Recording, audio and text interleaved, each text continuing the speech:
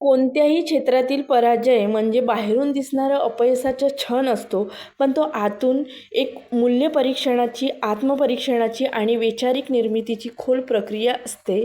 आपण आयुष्यामध्ये यश मिळवण्यासाठी जी साधनं, मार्ग आणि युक्त्या वापरतो, त्यांना एकदा तरी प्रश्न विचारणं गरजेचं असतं. ते प्रश्न कसं विचारायचं? काय चुकलं?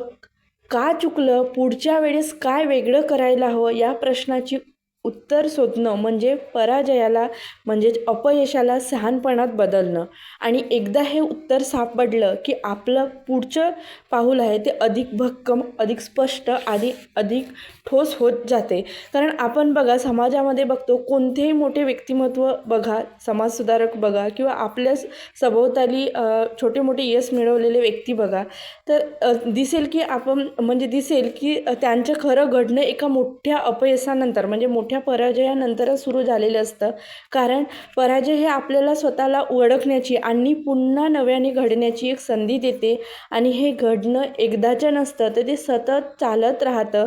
त्यामुळे पराजय घडवतो, तो फक्त आपलं भविष्य घडवत नाही, तर तो घडवतो आपलं वास्तविक व्यक्तिमत्व घडवतो, जे यशाच्या सावलीत कधीच साकार होऊ शकत नाही.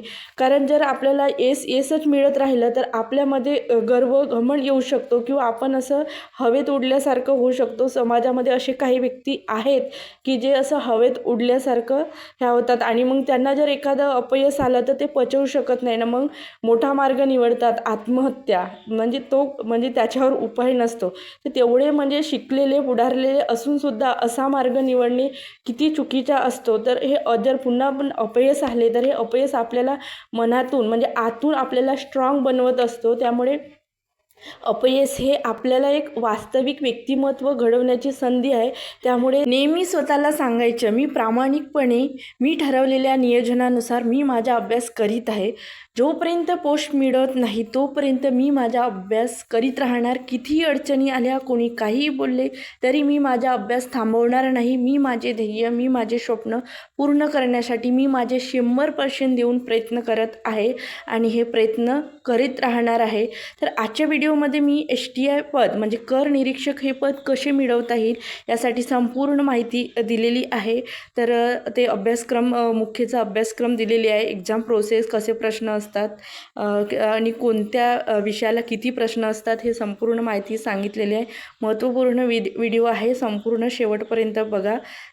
चला बघा मग. प्रश्न आहे, मॅडम STI मुख्यला परीक्षा गुणाची आखणी कशी असते? किती प्रश्न असतात? विषय कोणते असतात? गुण किती असतात? असा हा प्रश्न आहे.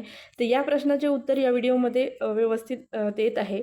महाराष्ट्र अराजपत्रित सेवा मुख्य परीक्षा गट ब म्हणजेच Maharashtra non gazetted service mains examination group B. तर ह्या एक्झामद्वारे STI, PSI आणि ASO. STI म्हणजे काय म्हणतात, विक्री कर निरीक्षक, त्याला कर निरीक्षक आता म्हटलं जातं.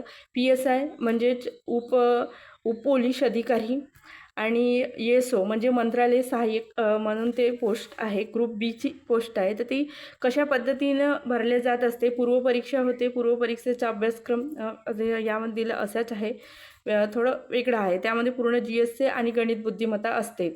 तर मुख्य परीक्षेद्वारेच आपली निवड होत असते. तर परीक्षा योजना कशी आहे? तर प्रश्नपत्रिका 2 असतात. पहिला पेपर असतो, त्यामध्ये मराठी इंग्रजी असते, 200 गुणासाठी पेपर आहे. आणि दुसरा पेपर आहे, त्यामध्ये गणित बुद्धिमत्ता आणि पूर्ण सामान्य अध्ययन असते. तर या पेपरमध्ये सुद्धा 100 प्रश्न आणि 200 गुण असे 2 पेपर होत असतात आणि 400 गुणाची ही एक्झाम आहे. STI साठी फक्त ह्या पेपरद्वारेच निवड होत असते. तर जो पोलीस उपनिरीक्षक म्हणजे PSI हे जे पद आहे, यासाठीच केवळ शारीरिक चाचणी आणि मुलाखत आहे. तर PSI म्हणजेच पोलीस उपनिरीक्षक या पदाचे शारीरिक चाचणीसाठी 100 गुण आहेत आणि मुलाखतीसाठी 40 गुण आहेत. तर आपल्याला STI साठी हा प्रश्न STI पदाबद्दल आपल्याला माहिती द्यायची आहे. ती STI पदासाठी काय, तर फक्त हे 2 पेपरमध्ये आउट ऑफ मार्क आपल्याला घ्यायचे आहे, जेवढे जास्त घेता येईल तेवढे. तसं बघितलं तर तिन्ही पदांसाठी हा एकच कट ऑफ लागणार आहे. म्हणजे पदानुसार लागणार नाही. आता 2000 म्हणजे 24 2024च्याच एक्झामनुसार हे एकच कटऑफ लागणार आहे असं काहीतरी ऐकायला मिळालं आहे. तर बघा त्यामध्ये पेपर क्रमांक 1 त्यामध्ये विषय असतात मराठी आणि इंग्रजी. पेपर क्रमांक 1 मध्ये तर मराठी 100 प्रश्न 200 गुण, इंग्रजी मराठी 50 प्रश्न 100 गुण आणि इंग्रजी 50 प्रश्न 100 गुण. आणि दर्जा बघा मराठीसाठी 12वी आणि इंग्रजीसाठी पदवी दिलेला आहे. आणि कालावधी किती असतो 1 तास असतो. आणि बहुपर्यायी वस्तुनिष्ठ बहुपर्यायी प्रश्नांचे स्वरूप असते. त्यानंतर दुसरा पेपर आहे सामान्य अध्ययन व बुद्धिमत्ता चाचणी. यामध्ये 100 प्रश्न आणि 200 गुण. दर्जा आहे पदवीचा. माध्यम आहे मराठी इंग्रजी दोन्ही पेपर. आणि याच्यासाठी सुद्धा 1 तासाचाच वेळ आहे आणि वस्तुनिष्ठ बहुपर्यायी स्वरूपात हे प्रश्न असणार आहे. तर अभ्यास म्हणजे आता त्यामध्ये चुकीच्या उत्तराकरिता 25% किंवा 1/4 एवढी एकूण गुण वजा म्हणजे एकूण गुणामधून वजा किंवा कमी करता येते. जर आपले त्यामध्ये जे प्रश्न आहे त्या प्रश्न चुकला तर प्रत्येक प्रश्नातील 1/4 एवढं मायनस केला जाईल जर प्रश्न चुकला तर. जर आपण प्रश्न सोडवला नाही तर तो त्याला गुणात्मक म्हणजे निगेटिव्ह मार्किंग लागू नाही. त्याला कोणत्याही प्रकारचा काही प्रॉब्लेम म्हणजे जेवढे प्रश्न आपल्याला बरोबर येतात तेवढे प्रश्न आपण जास्तीत जास्त सोडवायला पाहिजे. नाहीतर आपल्या चुकलेल्या प्रश्नामधून आपले बरोबर आलेले प्रश्नाचे गुणसुद्धा कमी होत असतात. तर यामध्ये दिलेलं आहे मराठी. जसं मराठीमध्ये काय सांगितलं आहे सर्वसामान्य शब्दसंग्रह, वाक्यरचना, व्याकरण, म्हणी व वाक्यप्रचार यांचा अर्थ व उपयोग तसे उतार्यावरील प्रश्नाची उत्तरे एवढा अभ्यासक्रम दिलेला आहे. पण एवढा अभ्यासक्रम एवढ्या याच्यावर होत नाही. तर आतापर्यंतचे जे झालेले प्रश्नपत्रिका आहे त्या प्रश्नपत्रिकांचा जर अभ्यास केला तर आपल्याला सर्व समजत असते की कोणता अभ्यास करायला पाहिजे तर ते करायला पाहिजे. इंग्रजीमध्ये सुद्धा तेच दिलेलं आहे. Common vocabulary, sentence structure, grammar, use of idiom and phrases and their meaning and compression of passage म्हणजे पॅसेज असणार आहे. तर याच्यासाठी सुद्धा जे आयोगाचे PYQ आहेत म्हणजे आयोगाचे आतापर्यंत विचारलेले प्रश्न आहेत ते व्यवस्थित विश्लेषण करायला पाहिजे म्हणजे आपल्याला अभ्यास करायला सोपं जाते. त्यानंतर बघूया पेपर 2. पेपर 2मध्ये त्यांनी दिलेलं आहे सामान्य बुद्धिमापन व आकलन. उमेदवार किती लवकर व अचूक विचार करू शकतो हे आजमावण्यासाठी हे प्रश्न असतात. तर सामान्य बुद्धिमापन व आकलन यावर किती प्रश्न असतात तर यावर एकूण 10 प्रश्न यावर असतात. एकूण 10 प्रश्न विचारले जात असतात. चालू घडामोडी जागतिक तसेच महाराष्ट्रासह भारतातील यावर एकूण 10 प्रश्न म्हणजे 20 गुण. आणि त्यानंतर आहे अंकगणित व सांख्यिकी यावर म्हणजे अंदाजे 12 प्रश्न आलेले आहेत. तर 12 म्हणजे 24 गुण. आणि माहितीचा अधिकार अधिनियम आणि महाराष्ट्र लोकसेवा हक्क अधिनियम 2015 यावर 3 प्रश्न आहेत. तर कोणत्या एक्झामला माहितीच्या अधिकारावर 2 प्रश्न दिलेले आहेत आणि महाराष्ट्र लोकसेवा हक्क अधिनियम 2015 1 प्रश्न आहे. तर एका एक्झामला महाराष्ट्र लोकसेवा हक्क अधिनियम यावर 2 प्रश्न आहे आणि माहितीच्या अधिकारावर एकच प्रश्न आहे. त्यामुळे दोन्ही कायद्यामुळे मिळून 3 प्रश्न आलेले आहेत आता म्हणजे 2 एक्झाममध्ये. त्यानंतरचा हा जो 5वा अभ्यासक्रम आहे तो आहे भारतीय संघराज्य व्यवस्था, भारतीय राज्यघटना, स्थानिक स्वराज्य संस्था, कार्यकारी मंडळ, न्यायमंडळ व विधिमंडळ यावर एकूण 15 प्रश्न आहेत. 15 प्रश्न म्हणजेच 30 गुण. तर यामध्ये कसं काय आहेत उपघटकामध्ये तर भारतीय घटना कशी तयार झाली, घटनेच्या प्रस्तावनेमागची भूमिका व तत्त्वे, घटनेची महत्त्वाची कलमे, ठळक वैशिष्ट्ये, केंद्र राज्य संबंध, निधर्मी राज्ये, मूलभूत हक्क व कर्तव्ये, राज्याच्या धोरणाची मार्गदर्शक तत्त्वे, त्यामध्ये जो शिक्षण हा दिले तो महत्त्वपूर्ण. त्यानंतर युनिफॉर्म सिव्हिल कोड, स्वतंत्र न्यायपालिका, राज्यपाल, मुख्यमंत्री, मंत्रिमंडळ, त्यांची कर्तव्य, अधिकार व कार्य. त्यानंतर राज्य विधिमंडळ, त्यामध्ये विधानसभा, विधान परिषद व त्याचे सदस्य, अधिकार, कार्य व कर्तव्ये. त्यानंतर विधी समित्या इत्यादी अभ्यासक्रम दिलेला आहे राज्यशास्त्रासाठी. यावर 15 प्रश्न असणार आहे, 15 गुण असणार आहेत. हा पूर्वला पण सेम अभ्यास आहे. त्यानंतर आहे आधुनिक भारताच्या विशेषतः महाराष्ट्राचा इतिहास. यावर 10 प्रश्न आहेत 20 गुणासाठी.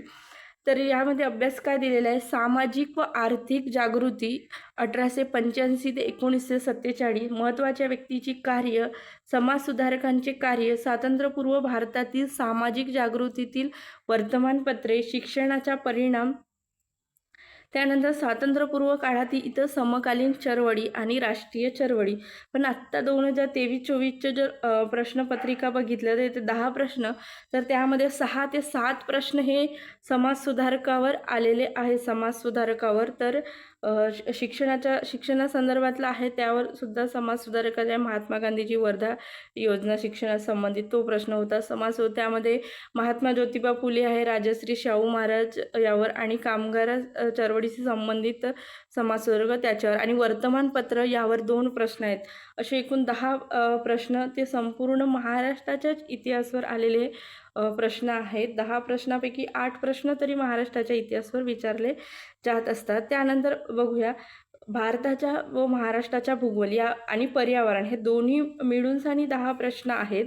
महाराष्ट्राच्या व भारताच्या प्राकृतिक भूगोल, मुख्य प्राकृतिक विभाग, हवामानशास्त्र, पर्जन्यमान व तापमान, पर्जन्यातील विभागवार बदल, नद्या, पर्वत व पठार, विविध भूरूपे, राजकीय विभाग, प्रशासकीय विभाग, नैसर्गिक संपत्ती, वने व खनिजे, मानवी व सामाजिक भूगोल, लोकसंख्या, लोकसंख्येचे स्थानांतर व त्याचे उगम आणि इष्टस्थानावरील परिणाम, ग्रामीण वस्त्या व तांडे, झोपडपट्ट्या व त्याचे प्रश्न हे दिलेलं आहे. तर आणि पर्यावरणमध्ये दिलं आहे मानव विकास व पर्यावरण, पर्यावरणपूरक विकास, नैसर्गिक साधन संपत्तीचे संसाधन, विशेषतः वनसंसाधन, विविध प्रकारचे प्रदूषणे व पर्यावरणीय आपत्ती, पर्यावरण संवर्धन कार्यरत असलेल्या राज्य किंवा राष्ट्र किंवा जागतिक पातळीवरील संघटना किंवा संस्था इत्यादी हा अभ्यासक्रम दिलेला आहे.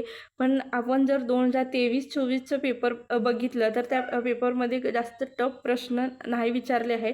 पर्यावरणावर करंटमध्ये 2 प्रश्न आहेत, करंट बेसवर आहेत आणि जे उरलेले प्रश्न आहेत ते महाराष्ट्राच्या भूगोलावर आहे. भारताच्या भूगोलावर ज्यामध्ये प्राकृतिक भूगोल आहे भारताच्या ज्या म्हणजे जे आपलं जम्मू काश्मीरच्या लगभग म्हणजे हिमालयातल्या ज्या पर्वतरांगा वगैरे त्यावर एक प्रश्न आणि संपूर्ण महाराष्ट्राच्या भूगोलावर आहे आणि ते PYQचं व्यवस्थित विश्लेषण केलं तर ते त्यातून सुटणारेच प्रश्न आहेत. तुम्ही 2023-24चं पेपर बघा. त्यानंतरचा 8वा अभ्यासक्रम दिलेला आहे सामान्य विज्ञान व तंत्रज्ञान. तर यामध्ये सामान्य विज्ञान यावर 15 प्रश्न आणि असं तंत्रज्ञान वगैरे ते बघितलं तर 5 प्रश्न तरी आहेत. म्हणजे याच्यावर 20 प्रश्न आहेत ह्या घटकावर. तर या घटकामध्ये काय दिलेलं आहे, भौतिकशास्त्र, रसायनशास्त्र, प्राणीशास्त्र, वनस्पतीशास्त्र, त्यानंतर दूरसंवेदन, हवाई व ड्रोन छायाचित्रण, भौगोलिक माहिती प्रणाली व त्यांचे उपयोजन आणि माहिती व संप्रेषण तंत्रज्ञान असे हे प्रश्न आहेत. तर यावर प्रश्न आलेले आहेत. संवेदन, हवाई व ड्रोन छायाचित्रण यावर प्रश्न आलेले आहेत. त्यामुळे हा घटक महत्त्वपूर्ण आहे. 20 प्रश्न असणार आहेत त्याच्या. हा घटक आहे अर्थव्यवस्था व नियोजन, विकासविषयक अर्थव्यवस्था. त्यामध्ये समग्र लक्ष अर्थव्यवस्था आहे. समग्र लक्ष अर्थव्यवस्था, वृद्धी आणि विकास, सार्वजनिक वित्त, आंतरराष्ट्रीय व्यापार आणि आंतरराष्ट्रीय भांडवल.